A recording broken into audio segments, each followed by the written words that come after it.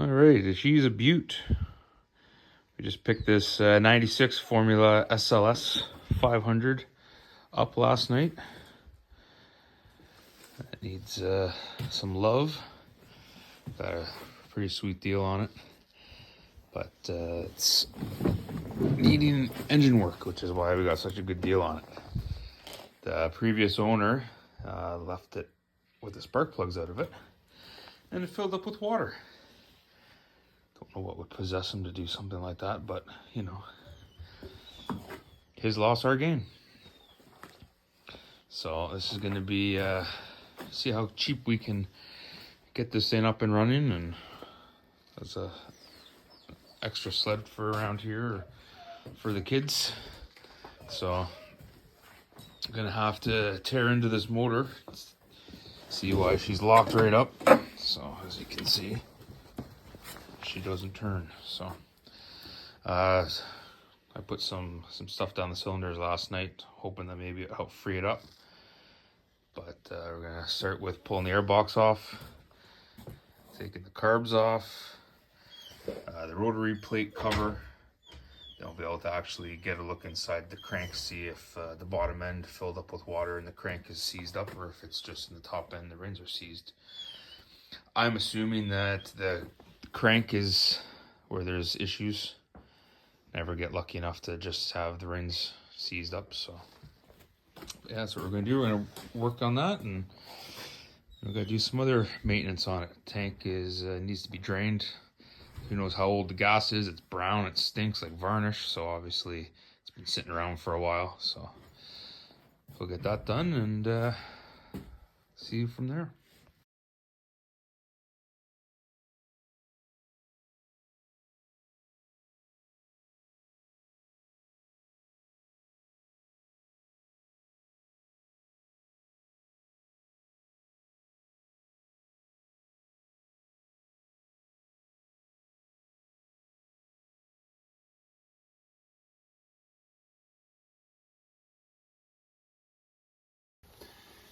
Okay, so I got the carbs off. As you can see, that doesn't look very good. So I'm just trying to take the rotary plate cover off, the rotary valve cover. There's 4 bolts that hold it on. They're a 6mm hex, like an Allen key. This one's very hard to get to. You got to kind of finagle in around the injection pump here. But once we get this screw off, we'll see how hard this rotary cover is to come off. So I'll try to get this out without dropping it out of the motor. I mean, I'm sure this motor's coming out anyways because it's not looking good, but it's nice to keep all the parts together.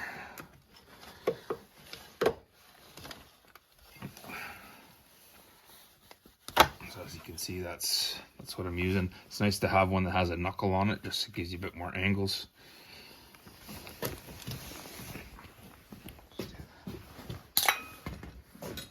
So one thing I did, just so that I know which carb goes on which side, is this carb here, which is the mag side.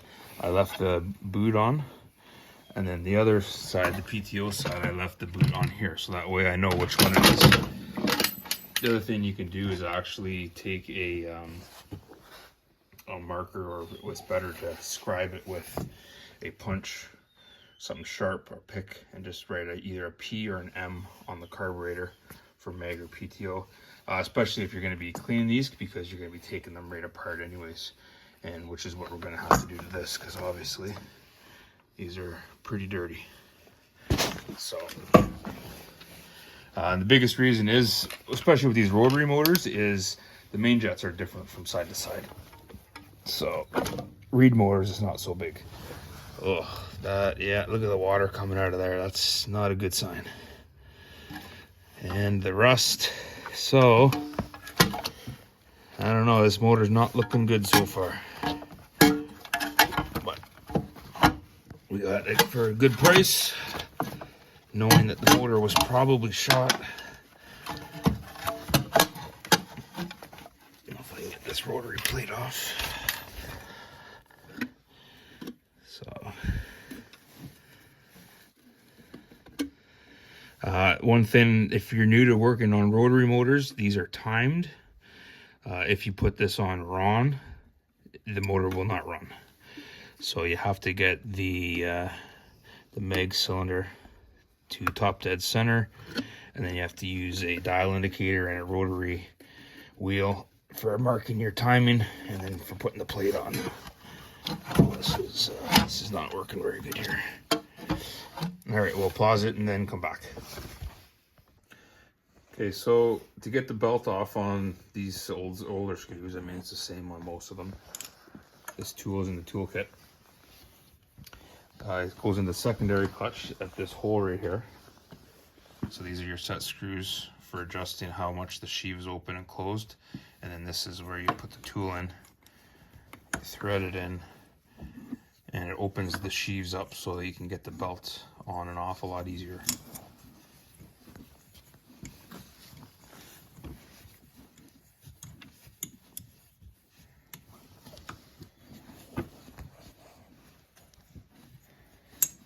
Thread it in a little bit, and then once it bottoms out, it'll start to push on the movable sheave, and it'll open it right out.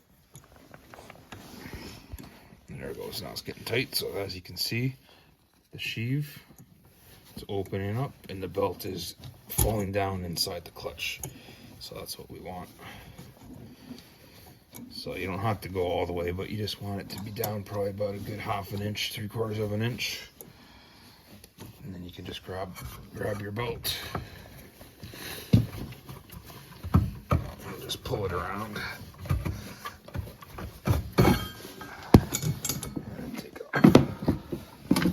So as you can see, this thing's been sitting for a while. There's salt all over the sheaves. So we're gonna have to take these clutches apart and clean them up. Probably gonna do a rebuild on these anyways.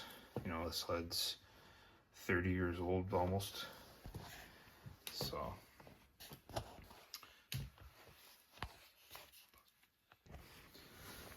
my spring puller tool kind of bit the dust, so I have to re-weld that. So we're gonna have to go the old-fashioned way and just vice grip it. So all you do, just get a hold of the vice grips.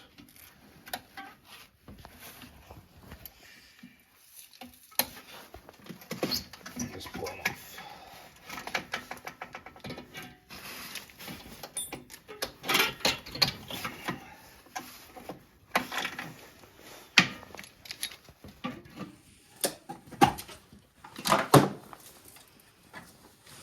And there's the one that's way under here. It's usually not from the vice grips. Get on here. Working in the dark is always fun too.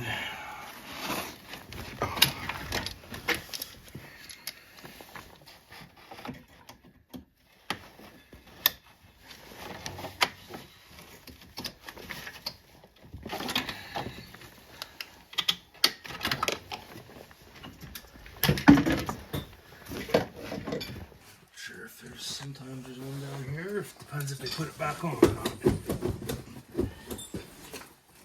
The flashlight.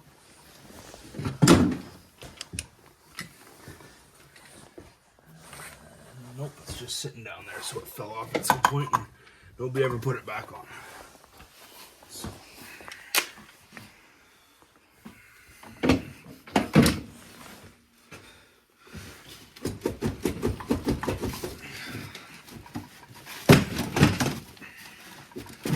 Sometimes they rust because they've been sitting, so you just gotta wiggle them until the rust breaks free. See the rust in there, and just, oh, I hear water in there. That is not good. Like I said, I think this motor is pretty much shot.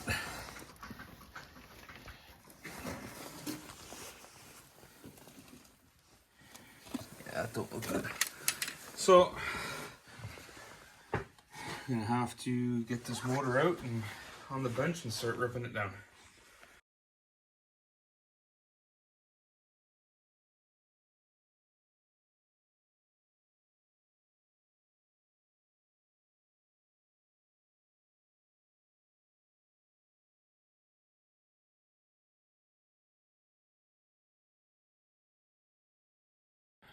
All right, we got the motor ripped out, as you can see. It's over there on the bench. So we didn't get too much coolant and oil loss. We got most of it contained in an oil pan underneath, but I mean, you're still gonna need a good power washing. This motor's never been out. It's you know, almost 30 years old, so we'll get everything taken out, cleaned out, power washed off, and looking like new again. So carbs all have to be pulled apart. They're pretty dirty. Same with that clutch. So as you can see, there's some rust on the skirt of that piston in there. This is the side that had all the nastiness.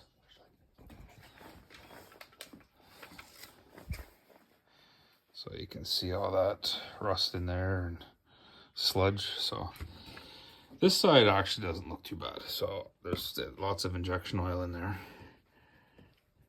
So I don't know why only one side was when he said both spark plugs were out, but anyways. So we're gonna start with taking the top end off of this. And we'll have a boo in there and see kind of what's going on. So, and again, this clutch is gonna need to be cleaned, and I don't know if it needs to be rebuilt. It's only 5,000 miles on this sled, so. But definitely is gonna need good cleaning. So we'll get that done and come back in.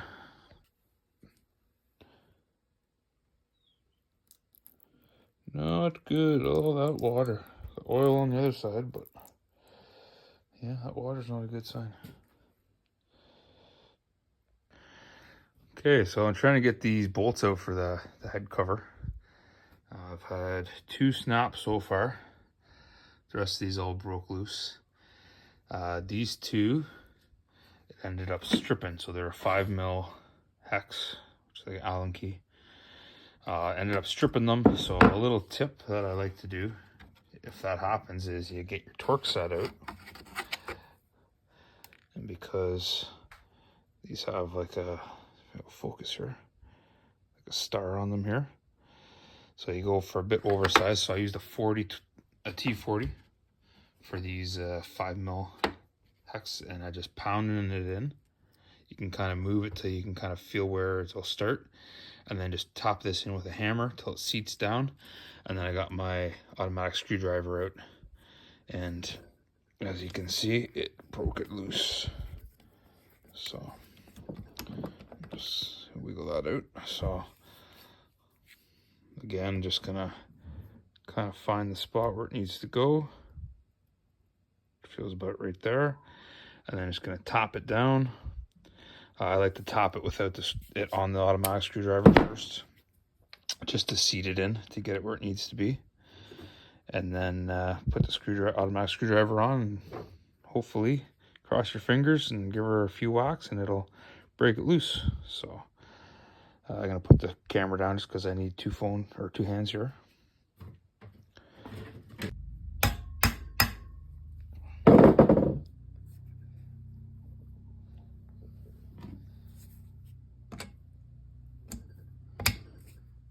And just give her a whack. So as you're tapping it, I like to actually turn this automatic screwdriver as I'm doing it. And as you can see, broke it loose. So I tried some vice grips on here before this and it wouldn't do anything. So this is definitely the way to go. So I don't know if you can focus or if this will focus so you can see this, but the one on the right is the one that I used the Torx bit. So it kind of left imprints there. Worked like a charm. And the one on the left is just the normal hex. So, but yeah. So I didn't even have to heat those up with a torch or anything. Just use the Torx with the automatic screwdriver.